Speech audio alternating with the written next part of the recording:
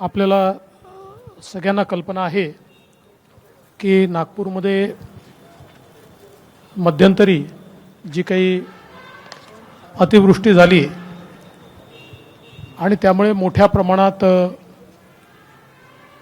पूर आला आणि लोकांचं भरपूर नुकसान झालं. जवळपास 22 सप्टेंबरला आलेला हा जो काही पाऊस होता तो 4 तासामध्ये 112 मिलीमीटरचा पाऊस होता. म्हणजे एक प्रकारे ढगफुटी सदृश हा पाऊस या ठिकाणी झाला आणि त्यामध्ये नाग नदी, पिवळी नदी, पोहरा नदी याच्या भिंती देखील त्या ठिकाणी पूर्णपणे तुटल्या आणि जवळपास सगळ्या त्याच्या आजूबाजूच्या परिसरामध्ये पाणी शिरलं.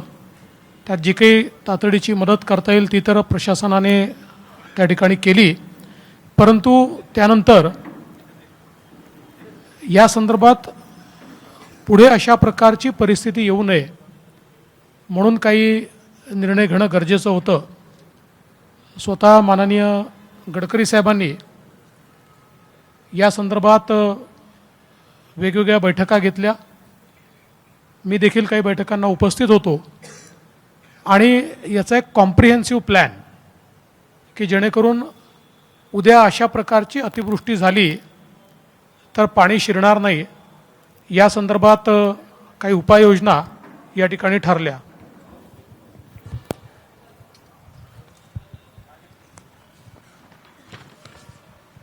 यामध्ये अंबाझरी धरणाचं बळकटीकरण करण्याचा एक निर्णय घेण्यात आला आहे, कारण हे 150 वर्ष जुनं अशा प्रकारचं धरण आहे आणि जवळपास 942 मीटर धरणाची लांबी आहे आणि या धरणाला लागून 140 मीटर लांबीचा दगडी सांडवा बांधण्यात आला आहे. तर याच्यामध्ये आता ज्या काही जीर्ण भिंती आहेत त्याला कॉन्क्रीटचं जॅकेटिंग करण्याचा निर्णय घेण्यात आला आहे. खालच्या बाजूला RCC रिटेनिंग वॉल ही तयार करण्यात येणार आहे आणि त्याच्या सुरक्षिततेच्या दृष्टीने जवळपास 21 कोटी रुपयाच्या प्रस्तावाला पाटबंधारे विभागाच्या माध्यमातून हे काम केलं जाणार आहे. त्याला पाटबंधारे विभागाने मान्यता दिली आहे आणि पाटबंधारे विभागच हे काम करेल. त्यासोबत जे काही माती धरण आहे त्याचं क्रॉस सेक्शन दुरुस्ती आणि दगडी पिचिंगची कामं करण्यात येणार आहे. त्यात जो काही धरणाच्या खालील बाजूला एक ड्रेन तयार करण्यात येणार आहे आणि जवळपास 11 कोटी रुपये याकरता खर्च करण्यात येणार असून धरणाच्या पातळीपासनं 100 मीटरपर्यंत कोणताही अडथळा निर्माण होणार नाही आणि प्रवाह सुरळीत चालेल अशा दृष्टीनं पाण्याचा जो विसर्ग आहे याचं पूर्ण हायड्रॉलिक कॅल्क्युलेशन करण्यात आलेलं आहे आणि त्या कॅल्क्युलेशनच्या अनुसार हे काम केलं जाणार आहे. कारण आपल्याला कल्पना आहे, आपल्यापैकी सगळेच आपण स्पॉटवर जाऊन आला आहात, तर त्यात असं लक्षात आलं की काही भिंतींनी वगैरे जो प्रवाह आहे हा प्रवाह अडल्यामुळे देखील मोठ्या प्रमाणात तिथल्या कॉलनीजमध्ये हे पाणी शिरलं आणि म्हणून त्या दृष्टीने हा 100 मीटरपर्यंतचा पूर्ण प्रवाह सलग निघाला पाहिजे अशा प्रकारचा प्रयत्न या माध्यमातून केला जाणार आहे.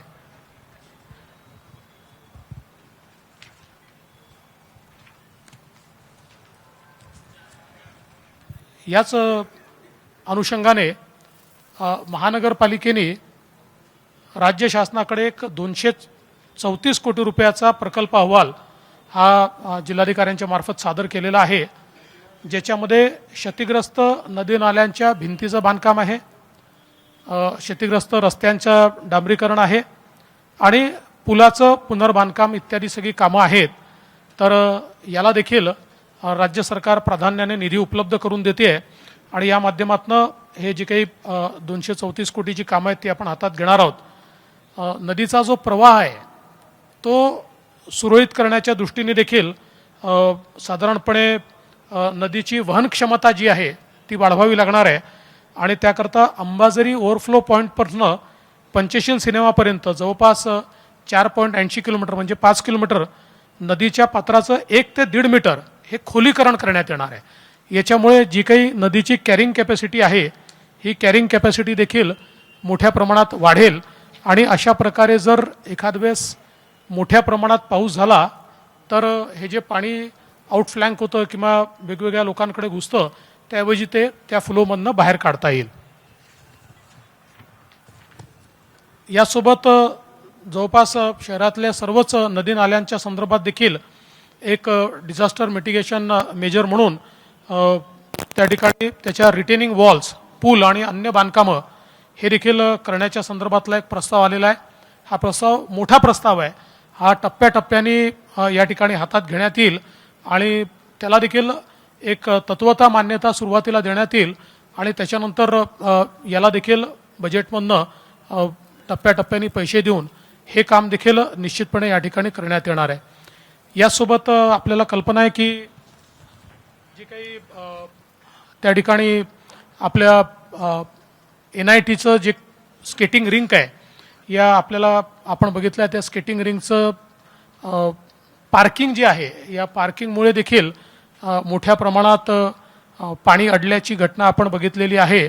त्यामुळे NITला त्याही सूचना देण्यात आलेल्या आहेत आणि हे जे काही पार्किंग आहे ते पार्किंग मोकळं करून तिथला जो फ्लो आहे हा फ्लो थेट गेला पाहिजे आणि ते सगळे पिलर्स हे पार्किंगचे तिथनं काढून टाकण्याचा देखील निर्णय हा करण्यात आलेला आहे, जेणेकरून पुढच्या काळामध्ये अशा प्रकारे पाणी त्या ठिकाणी थांबणार नाही. या व्यतिरिक्त अजून काही छोट्या उपाययोजना आहेत ज्या हाती घेण्यात आलेल्या आहेत आणि मला विश्वास आहे की शेवटी यावेळेस जे डिझास्टर होतं हे तर न भूतो अशा प्रकारचा पाऊस होता, पण आपल्याला पुढे वातावरणातला बदल पाहता अशा प्रकारच्या घटना वाढण्याचा संभव आहे आणि म्हणून एक लॉंग टर्म उपाययोजना म्हणून या संदर्भातल्या या सगळ्या उपाययोजना माननीय गडकरी साहेबांच्या नेतृत्वामध्ये आणि त्यांच्या संकल्पनेतून या ठिकाणी आम्ही तयार केलेल्या आहेत आणि राज्य सरकार पूर्ण पुढाकार घेऊन त्याला जो काही निधी लागेल तो निधी त्याकरता उपलब्ध करून देईल. मी माननीय गडकरी साहेबांना विनंती करतो की त्यांनी या संदर्भात माहिती द्यावी. जवळपास ज्या महत्त्वाच्या सूचना आहेत त्या उपमुख्यमंत्र्यांनी आपल्यासमोर मांडलेल्या आहे. यामध्ये जो पूल आहे त्या पुलामध्ये आता जसा हा टेबल आहे, इकडे एक पिलर आहे आणि इकडे एक पिलर आहे, तर याच्यातून मधून नदी वाहते. तर नाग नदीवर जे पुलं तयार झाले त्याच्यात मध्ये मध्ये पिलर आहेत. तर हा PWDचा पूल मोठा करून त्याची खालून फ्लो वाहता येईल, जेणेकरून या मधले पिलर आडवे येणार नाही अशा प्रकारे डिझाईन करून त्याचं बांधणी. आणि याच्या अनुषंगाने आता असे पुलं विशेषतः गांधीनगरकडे जाताना एक पूल आहे त्याच्यातही तो प्रॉब्लेम म्हणजे पाणी अडतं. हा पंचशीलपर्यंत जेवढे पूल आहेत ते सगळे दुरुस्त करण्यात येईल. दुसरा मुद्दा जे आपला अंबाझरीचं जिथून फ्लो होतो तिथे ॲटोमॅटिक गेट बसवणार आहे 4 करोड रुपयाचे आणि त्याच्यातून जेणेकरून आधीपासूनच जेव्हा पाऊस येईल त्यातला प्रवाह कंट्रोल करण्याचा प्रयत्न म्हणजे एकदम अचानक असं होणार नाही. त्यामुळे आपण ते गेट खाली जाऊन परिस्थिती बघून आपल्याला हळूहळू फ्लो सोडता येईल. त्यामुळे अचानक जे संकट आलं ते त्याच्याबद्दल टेक्निकलरित्या त्याचा अभ्यास केला गेलेला आहे. अंबाझरी तलावाचं जे पाणी आहे ते CRF कॅम्पमध्ये जातं, SRP कॅम्पमध्ये जयतळ्याला. तर त्याच्यामध्ये MIDCनी हे पाणी काही वापरावं, काही आपल्या जयतळ्याच्या कॅम्पमध्ये कॅपॅसिटी वाढवून जर गृहविभागाची परवानगी मिळाली तर जयतळ्याच्या भागाला मोठ्या प्रमाणावर डेव्हलपमेंट होते आहे. तर अंबाझरीतलं पाणी त्या SRP कॅम्पमध्ये शुद्ध करून ते पाणी अजून काही भागामध्ये देता येईल वापरण्याकरता, त्याच्यावर एक चर्चा सुरू आहे. त्या काळामध्ये अंबाझरी तलावापासून एम्प्रेस मिलपर्यंत एक पाईपलाईन आली आहे, पण ती कोणालाच माहिती नाही आहे. सगळे सांगतात ती कशी आहे काय हेही माहिती नाही. तर एक सुझाव असा आला होता की ते शुक्रवार तलाव भरण्याकरता याचं पाणी वापरावं, पण त्याच्या अजून काही पूर्ण एवढं सगळं चेकिंग करणं आणि याचा काही पुरावे मिळालेले नाही आहे. तर यामध्ये ठिकठिकाणी जो प्रवाह अडत होता त्याच्यामध्ये जे पुलांचे डिझाईन्स आहेत ते नवीन करण्यात येतील. दुसरी गोष्ट नदीला खोलीकरण, आपल्या या नागनदीला खोलीकरण करू. याचा बऱ्याच दिवसात कचरा हे नाही झाला, तर त्याच्यातून 1 मीटर असं म्हटलं आहे. माझा अंदाज आहे की त्याच्यामध्ये 1 मीटर गाळ असावा. तो सगळा गाळ बाहेर काढल्यामुळे त्याची कॅपॅसिटी वाढेल. दुसरं 2400 कोटी रुपयाचा नाग नदीचा प्रकल्प जायकाबरोबर मंजूर झालेला आहे. त्यामुळे आता हा प्रकल्प आणि तो प्रकल्प काम करण्याच्या आधी दोन्ही प्रकल्पाबद्दल कमिशनर साहेबांकडे बसून मग त्याच्यात कुठे ओव्हरलॅपिंग होणार नाही आणि टेक्निकल प्रॉब्लेम होणार नाही तपासून मग हे काम करू. याच्यामध्ये महाराष्ट्र सरकारचं जे डिझास्टर डिपार्टमेंट आहे त्याच्याकडे कलेक्टर साहेबांकडनं नाग नदीच्या बरोबर पिवळी नदी आहे, बाकीचे नाले आहेत जे नागपुरातले ज्याच्यामुळे खूप नुकसान झालं त्याच्याही बाबतीत अभ्यास करून एक पाठवलेला आहे. यावेळी हे सगळे नाले खोलीकरण, त्याची दगडाची उत्तम भिंत चांगल्या क्वालिटीची बांधणं, खाली कॉन्क्रिटिंग करणं, जेणेकरून दरवर्षी जे पावसाळ्यात पाणी शिरतं आणि ज्याच्यामुळे नुकसान होतं, आमच्या सगळ्यांनी जेव्हा टेक्निकल लोकांनी विचार केला तेव्हा साधारणतः या सगळ्या उपाययोजनांमधून या योजना झाल्या तर हा जो यावेळी जे संकट आलं असं संकट येणार नाही. पण यावेळी जे 112 mm पाणी पडलं हा एक रेकॉर्ड आहे. अशी स्थिती जुन्या काळामध्ये जो रेकॉर्ड आहे त्याच्यामध्ये 112 mm कधीच नव्हतं. हे ढगफुटी आणि याच्यापर्यंत झालं रात्रभरामध्ये, त्यामुळे मोठ्या प्रमाणात आलं. पण याच्यातून खूप लोकांचं नुकसान झालं आणि म्हणून हा लाँग टर्म प्लॅन आहे. देवेंद्रजींनी जसं सांगितलं आहे त्याच्या इम्प्लिमेंटेशनला त्या एजन्सीकडनं लगेच सुरुवात करू. पुढल्या वर्षीपर्यंत यातून विशेषतः रिलीफ मिळेल आणि अशी कुठे घटना झाली तर नुकसान होणार नाही. बाकी याच्या संबंधात तुम्हाला विचारायचं तर देवेंद्रजी उत्तर देतील. कुठे? हल्दीरामचा स्मारकाचे पण स्टडी करतात आहेत. त्याच्यात इरिगेशनचे एक्सपर्ट लोकांनी स्टडी केला आणि बाकीच्यांनी केलेला आहे. त्यांचं टेक्निकल ओपिनियन घेऊ, आवश्यकता असेल तर म्हणूनच पहिले 100 मीटरचा फ्लो पूर्ण स्ट्रेट फ्लो करण्याचा आपला तो जो पूल आहे ना विवेकानंद स्मारकासमोर तो खाली गेला आहे आणि त्या पुलामध्ये असा पूल व्हायच्याऐवजी असे 1 2 3 4 कॉलम झाले आहेत. तर त्या पुलाचं हाईट वाढवली आणि तिकडनं केलं तर तो फ्लो जो आहे तो एकदम बाहेर गेलं. जे पाणी विशेषतः वर्मा लेआउट आणि या भागात जे पसरलं पाणी हल्दीरामच्या मागे, तर हा पूल जर मोठा असता तर तिथे पाणी चोकअप नसतं झालं. तर या सगळ्याचा एक तर माझ्या एक मित्र आहेत ते चीफ इंजिनियर होते त्यांच्याकडनं स्टडी केला, इरिगेशनचे रिपोर्ट आले, महानगरपालिकेने घेतला, सगळ्यांच्या मिटिंगा कमिशनरांनी घेतल्या, माझ्याकडे मी सगळं प्रेझेंटेशन घेतलं, टेक्निकल गोष्टी केल्या, देवेंद्रजींनी या सगळ्या गोष्टी तपासल्या, जनतेचे कुठे कुठे प्रॉब्लेम आले, कोणत्या ठिकाणी आले, किती पाणी गेलं त्याचंही सगळं आलं आणि त्याच्यानंतर मग हा प्लॅन तयार झाला.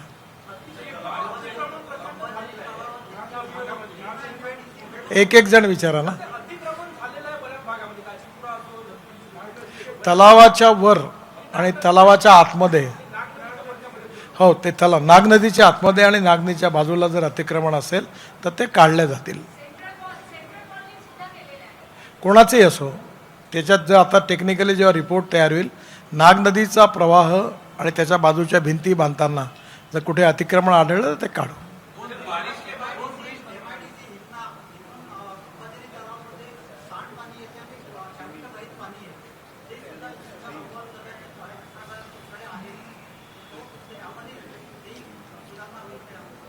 नाही, तो याच्यातला भाग नाही आहे. विशेषतः याचा प्रश्न हा आहे, खरी गोष्ट आहे. पण वाडी शहराकरता जे सांडपाणी आहे जे लोक सोडून देतात त्याच्याकरता त्यांच्याकरता स्कीम तयार केल्यावर मग ते पाणी येणं बंद होईल. ती बहुतेक केली आहे, समीर मेघेने आहे.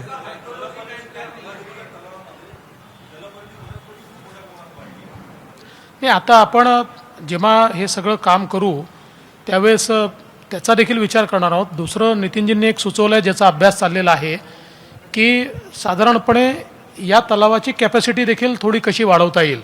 कारण हा तलाव अशा प्रकारचा आहे की याचा सगळ्या पाण्याचा फ्लो हा, कारण हा शेवटी नाग नदीवर एक बांध आहे, त्यामुळे ते पाणी अडवलेलं आहे नाग नदीचं. त्यामुळे त्याची रचना अशी आहे की सगळं प्रेशर हे एका बाजूलाच राहतो त्याचं. तर त्याची मागच्या बाजूला काही कॅरिंग कॅपॅसिटी वाढवता येईल का याचा देखील प्रयत्न चालला आहे.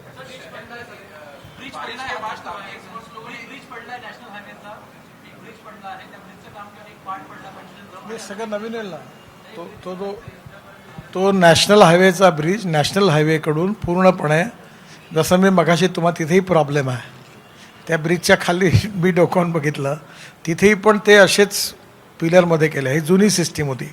आता काय झालं, एक एन्फोर्समेंट कॉन्क्रीट आला आहे नवीन मलेशियातून, त्याच्यामध्ये आपण 120 मीटरपर्यंत मध्ये पिलर करायची गरज नाही. असे मध्ये मध्ये पिलर येतात ना, तर हा जो वरचा बीम आहे हा स्टील फायबरमध्ये कास्ट करतात.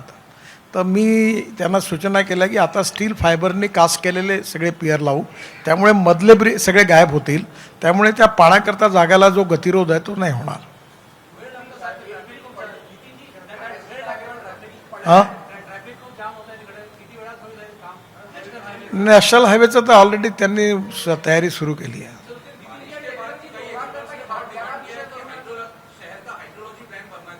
सर एक आप समझ लो, ये प्रॉब्लम ऐसा है कि 112 mm पानी आज तक नागपुर के इतिहास में नहीं आया. ये बात आज तक जो कुछ 112 mm और 3-4 घंटे में है, तो ये इतना मैंने तो भी अभी मैं जन्म में देखा नहीं है. आप में से भी किसी को पता होगा. अभी ये ऐसा संकट है कि वो मैं कोई हमारी जिम्मेदारी किसी ऊपर ढकेलना नहीं चाहते हम लोग.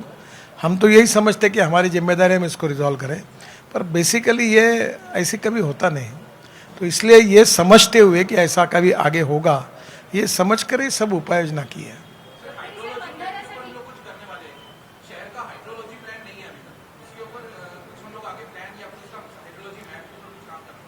देखो, नागपुर शहर में वर्ल्ड बैंक अपना जायका के फंड से नाग नदी का प्रकल्प मंजूर हुआ है 2400 करोड़ का. नाग नदी के प्रकल्प में 3 विधानसभा क्षेत्र जो होते हैं उसका ड्रेनेज और सब उसमें आया है. 3 विधानसभा क्षेत्र का उसमें नहीं आया है. मैंने म्यूनिसिपल कमिश्नर जी को ये सुझाव दिया है कि जो बाकी 3 विधानसभा क्षेत्र है उसको उसी कंसल्टेंट से प्लान करके, ये जो 3 का जो है वो जायका फंडेड इसमें होगा, और बाकी के 3 में एनआईटी की जितनी जगह है वो एनआईटी की होगी या एमएमआरडी की, और जितनी कारपोरेशन वो उतना बेयर करेंगे. और नागपुर शहर का पूरा इंटीग्रेटेड ड्रेनेज का मैप हम तैयार करेंगे इंटरनेशनल कंसल्टेंट से, और उसके बाद लाइन डालेंगे. जब पानी की जो ड्रिंकिंग वाटर की पाइपलाइन है उसमें भी इसी प्रकार का प्लान किया है. अब बड़े प्रमाण पर ये जो पाइपलाइन है वो डालने का काम चालू है. पानी की टाकियाँ जो है वो भी बनाना चालू है ड्रिंकिंग वाटर के लिए. और दूसरी तरफ ड्रेनेज के प्लान में 3 कॉन्स्टिट्यूंसी का वो जो जायका के फंड में, और बाकी का कमिश्नर साहब उसी एजेंसी जो सिलेक्ट होगी उससे एक्सटेंशन में इसका भी प्लान तैयार करेंगे, और उसके आधार पर काम करके दोनों का नागपुर शहर का एक उत्तर उसमें मिलेगा. ये टेक्निकल सब्जेक्ट है, ग्रेडियंट कहाँ है क्या है. जैसे अभी आप ये छत्रपति पुल के बाद जो रेलवे पुल है ना जहाँ पानी आता है, तो उसमें काफ़ी चर्चाएं हुई, खूब टेक्निकल एक्सपर्ट गए. एक बात मैंने उनको सुझाई कि वहाँ भी 1 मीटर अगर वो नदी खोल हो जाएगी तो शायद पानी ऊपर नहीं आएगा, पानी का फ्लो बढ़ेगा. अब ये सबके ऊपर जब ये कंसल्टेंट जो तैयार करेंगे जो वर्ल्ड स्टैंडर्ड के है, अप्रूव्ड है, उनके तरफ से ये सब इकट्ठा होकर ही उसका प्लान होगा. और इसमें ये जो एक मिनट, नाग नदी का जो प्रपोजल तैयार हुआ है वो हाइड्रोलॉजिकल स्टडी करने के बाद ही हुआ है. तो उसका इंटीग्रल पार्ट ये हाइड्रोलॉजिकल स्टडी है जो नाग नदी का प्रोजेक्ट किया है. और अभी उसमें जब हम आगे बढ़ रहे हैं तो चूँकि जायका जो जापान की स्टेट ये है इंस्टीट्यूशन है, तो उनका ये अप्रोच ये होता है कि होलिस्टिक अप्रोच होना चाहिए. तो उस हिसाब से स्पेशलाइज कंसल्टेंट्स और जनरल कंसल्टेंट्स ऐसे दोनों को रख के उसका कंप्लीट, मतलब हम ये कह सकते हैं कि ये जो प्रोजेक्ट अभी ये हो रहा है ये कोई केवल कंस्ट्रक्शन का प्रोजेक्ट नहीं है. तो एक्चुअली एक रिवर को रिक्लेम करने का और उसकी पूरी हाइड्रोलॉजी और उसका जो पूरा फ्लो है उसको रिक्लेम करने का प्रोजेक्ट है.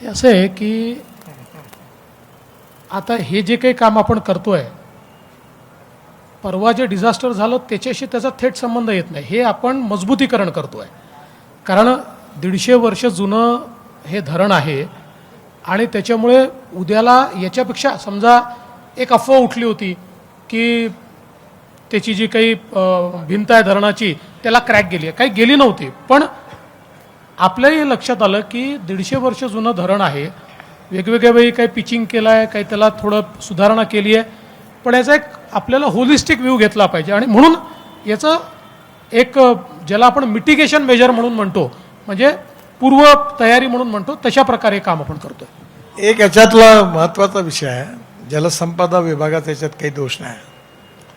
पहिली गोष्ट, अंबाझरी तलावाचा मालक कोण, हा गेल्या मी 40 वर्षापासून राजकारणात आहे, तर याचा मालकच ठरला नाही. ते मेट्रोवाले बसले आहेत, त्यांना माहिती आहे तेलंगखेडी म्हणजे फुटाळा तलाव आणि अंबाझरी तलाव हे कोणाचं बाळ आहे याचा अजून आईवडिलाची निश्चिती झाली नव्हती. पहिल्यांदा या बैठकीत हे सगळं झाल्यानंतर म्युन्सिपल कमिशनरांनी आता सांगितलं आहे की अंबाझरी हे महानगरपालिकेची आहे, आमची जबाबदारी आहे. त्यामुळे याची ओनरशिप आता ठरली आहे. मधल्या काळामध्ये जे काम इरिगेशनला मिळालं होतं ते नॉमिनेशन बेसिसवर मिळालं होतं. त्यामुळे अल्टिमेटली आता अंबाझरी तलावातलं तुम्ही म्हणता तशी शंका लक्षात घेऊन आता जलसंपदा विभागाने त्याच्याकरता पैशाची मदत पण केली आहे. तो मातीचा बांध आहे आणि ती मनात भीती नागपुरातल्या जनतेच्या मनात आहे, आमच्याही मनात आहे की हे बरं झालं की या बांध कुठं फुटला तर अजून नवीन प्रॉब्लेम येतील. म्हणून या प्रकल्पामध्ये त्याच्या संदर्भात सगळं टेक्निकल स्टडी करून उपाययोजना केल्या गेली आहे.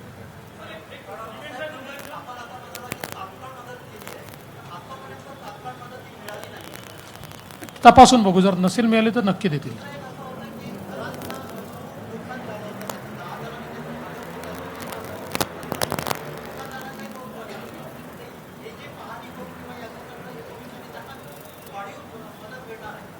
बघा, आपल्याकडे NDRFने प्रत्येक प्रकारच्या मदतीचे नॉर्म्स तयार केले आहेत आणि ते जे नॉर्म्स आहेत त्याप्रमाणेच आपल्याला मदत करावी लागते. हे खरंच आहे की त्या मदतीने लोकांचं भागणार नाही, लोकांचं नुकसान मोठं आहे, पण शेवटी कुठले तरी नॉर्म्सप्रमाणेच सरकार मदत करू शकते, सरकार त्याच्या पलीकडे जाऊन करू शकत नाही. त्यामुळे त्या नॉर्म्समध्ये जी मदत बसते ती सरकारतर्फे केली जाते. अर्थातच त्यांनी काही म्हणजे लोकांचं झालेलं नुकसान हे भरून निघत नाही याची आम्हाला कल्पना आहे.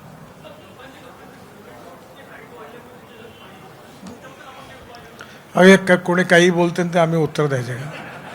कोणी तर एकाने काढलं की सिमेंट कॉन्क्रीट रोड आला 112-14 mm पाणी का सिमेंट कॉन्क्रीट रोडने बोलवलं का भरतो, इधर आओ नीचे आओ.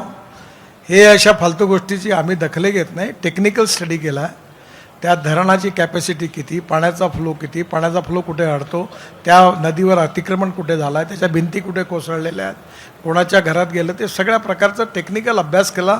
ते इंजिनियर तिथपर्यंत गेले. त्याच्यात त्या सिमेंट कॉन्क्रीट रोडचा काही संबंध नाही याच्याशी.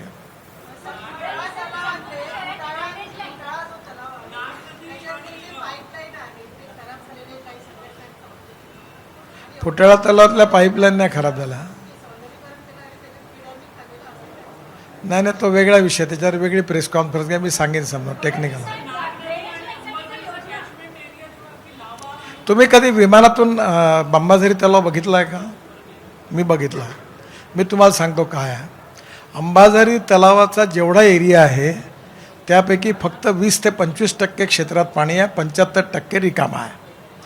तर त्यावेळी मी असं त्यांना सुचवलं होतं, म्हणजे तो काही मी टेक्निकल माणूस नाही, की आपण त्याचा मुरूम काढायचा आणि हे जे काय आहे हे पाण्याची स्टोरेज कॅपॅसिटी वाढवायची. ती जर वाढली तर मग पाणी हे ओव्हरफ्लोच होणार नाही आणि पाणी स्टोअर होईल आणि ते पाणी आपण दरवर्षी CRF कॅम्पला आणि जैताळ्याच्या भागातून जे नागपूर ते वापरण्याचं पाणी म्हणून द्यायचं. तर याच्यामध्ये कसं आहे, सुझाव द्यायला काही हे नाही, पण टेक्निकली ही जी भिंत आहे ज्याचा आत्ता देवेंद्रजींनी उल्लेख केला, त्या बाबतीमध्ये तो मातीचा बांध आणि तो मला वाटतं 140 वर्ष जुना आहे. त्याच्यामुळे पहिले या बांधाला मजबूत करणं, त्याची कॉन्क्रिटिंग करण्याची, त्याला गोट्याने पिचिंग करायची टेक्निकल सूचना आहे. ती झाल्यानंतर मग त्याची कॅपॅसिटी खरोखर किती आहे ती टेस्ट करून टेक्निकल रिपोर्ट आला तर मग त्याचा विचार करता येईल, नाही तर तोपर्यंत नाही करता येणार. आणि जसं नितीनजींनी सुचवलं आहे, खरं म्हणजे हिंगणा MIDC याचा एक नीट कन्झ्युमर होऊ शकते. त्यामुळे आम्ही MIDCला देखील मी आदेश देणार आहे की त्यांनी टेक्निकली तपासून बघावं आणि त्यांना पाण्याची आवश्यकता असतेच, त्याच्यामुळे हिंगणा MIDCने जर ते पाणी वापरणं सुरू केलं तर मला असं वाटतं की कारण आता गेले अनेक वर्ष आपण पाहतोय की अंबाझरी तलावात पाणी राहतंच, म्हणजे ते काही असा सुकलेला तलाव अंबाझरी कधीच नसतो. तेव्हा त्याचा वापर काही करता आला तर ते MIDCला आपण निश्चितपणे सांगणार आहोत.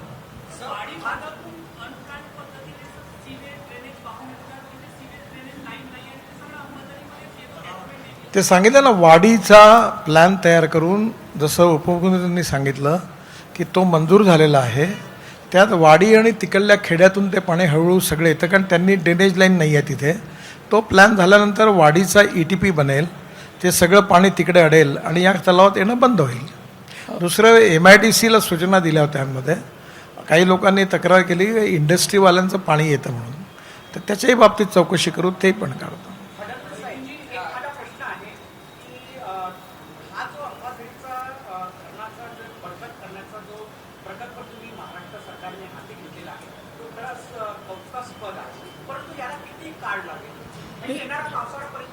नाही, सगळं काम याचं येणाऱ्या पावसाळ्यापर्यंत होऊ शकत नाही, कारण याला साधारणपणे जे मेजर पाणी वाहून नेण्याचं काम आहे ते आपल्याला पावसाळ्यापर्यंत करायचं आहे, पण जे मजबूतीकरणाचं काम आहे ते कदाचित 1.5 वर्ष त्याला लागू शकतं.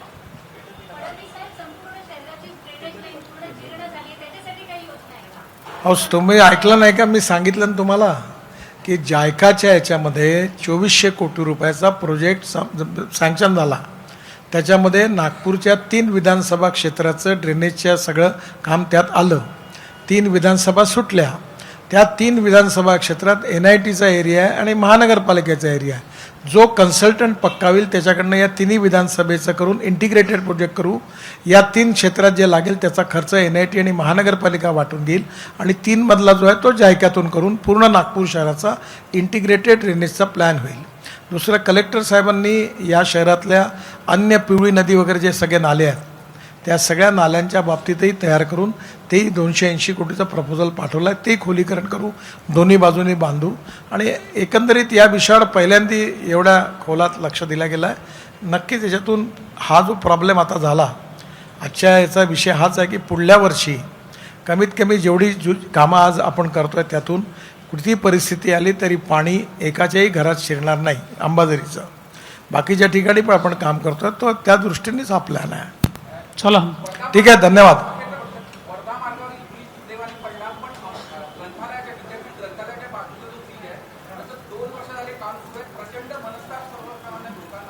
रामदास पेठ ते खरोखर हे यांचं म्हणणं बरं. हां,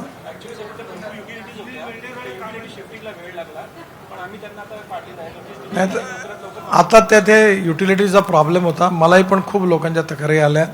मी पण कमिशनर साहेबांकडे इन्क्वायरी करायला पत्र लिहिलं होतं, पण आता तो लवकर होईल. युटिलिटीचा प्रॉब्लेम सुटला आहे, तो पूर्ण होईल. चला, ठीक आहे. धन्यवाद, सगळ्यांचे आभार. ABP माझा, उघडा डोळे बघा नीट.